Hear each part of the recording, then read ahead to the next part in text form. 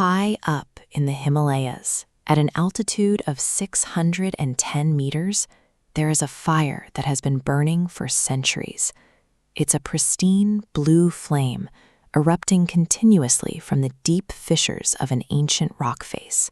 When the Mughal Emperor Akbar heard about this physical anomaly, he saw it as a challenge. As a ruler representing the absolute earthly power of his era, a rogue fire burning constantly in his domain was something to be tamed or outright conquered. He ordered his men to smother the site with massive heavy iron discs. When the fire simply burned around the metal, he tried to drown it, channeling streams of water directly over the rocks. But the flames defied the elements, continuing to burn brilliantly right through the stream. Defeated by nature, Akbar submitted. He offered a heavy golden umbrella, a chatar, to the site as a royal tribute. Yet, because he carried a lingering doubt about the site's true power, the story goes that his pure gold mysteriously transmuted into an unknown base metal the moment it was presented. Akbar's armies could seize territory and topple cities, but they couldn't extinguish a single fissure in the rock. The persistence of the blue flame, despite his interference, forced a search for a different kind of explanation. To find the source of a fire that water cannot drown, we have to look past the chronicles of emperors and into the realm of cosmic mythology.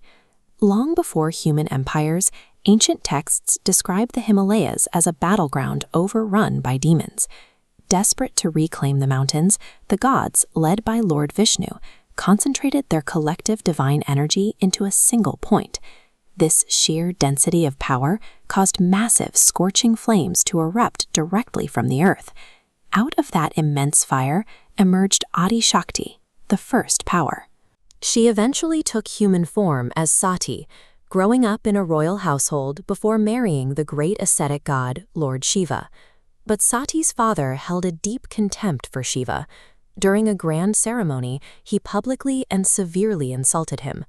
Unable to bear the profound disrespect toward her husband, Sati consumed herself in a fire born of her own unbearable grief and anger. When Shiva discovered her fate, his reaction threatened reality itself. He lifted Sati's burning corpse onto his shoulders and began a terrifying dance of grief, roaming across the three worlds in a wrath that threatened to unmake all of creation. To save the universe from Shiva's rage, Lord Vishnu intervened. He fired a volley of arrows at Sati's burning body, shattering her into fragments raining down across the subcontinent. Wherever a piece landed, the ground became sacred, forming 51 holy sites called Shakti Peeths. This is where Sati's tongue touched the earth. Devotees believe this connection is why divine power speaks through continuous fire. For those who journey there today, the chemistry of combustion is completely irrelevant. The fire is literally understood and worshipped as the living physical remnant of a grieving god. But how did humans actually find this specific fissure among thousands of miles of Himalayan rock? Local folklore points to a very ordinary beginning. A humble cowherd who noticed one of his cows had suddenly stopped producing milk. Curious, he tracked the cow deep into the forest. There, he watched a mysterious, glowing young girl approach the animal, drink its milk, and then vanish entirely in a sudden flash of brilliant light. Startled, the cowherd rushed to the local ruler, King Bhumichand, and recounted exactly what he had seen.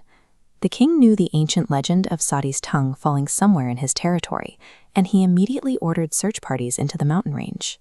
It took several more years, but eventually, the king's men located the source, the blue flames burning directly out of the stone. King Bhumichand established a priesthood to tend the site and ordered the construction of the very first temple structure right over the crevices. By enclosing the fire within a physical structure, the king took a wild, terrifying cosmic anomaly and made it accessible. He built a permanent anchor where human faith could safely approach the divine. Over the centuries, that structure has been repeatedly maintained. The legendary Pandava brothers from the Mahabharata epic are said to have eventually arrived and renovated the site themselves, a claim preserved in a famous local folk song detailing their exact architectural contributions. Think about the sheer lifespan of this singular flame. human empires rise, expand, and inevitably collapse. The Mughal empire that Emperor Akbar tried to exert over this very fire is long gone, its absolute earthly power now just text in history books. Yet the fire still burns, and today thousands of people continuously trek along these steep, treacherous mountain paths. Year-round, massive crowds endure an immense physical toll, fighting exhaustion and altitude just to spend a few moments in the light of the rock. Jwala remains an eternal beacon.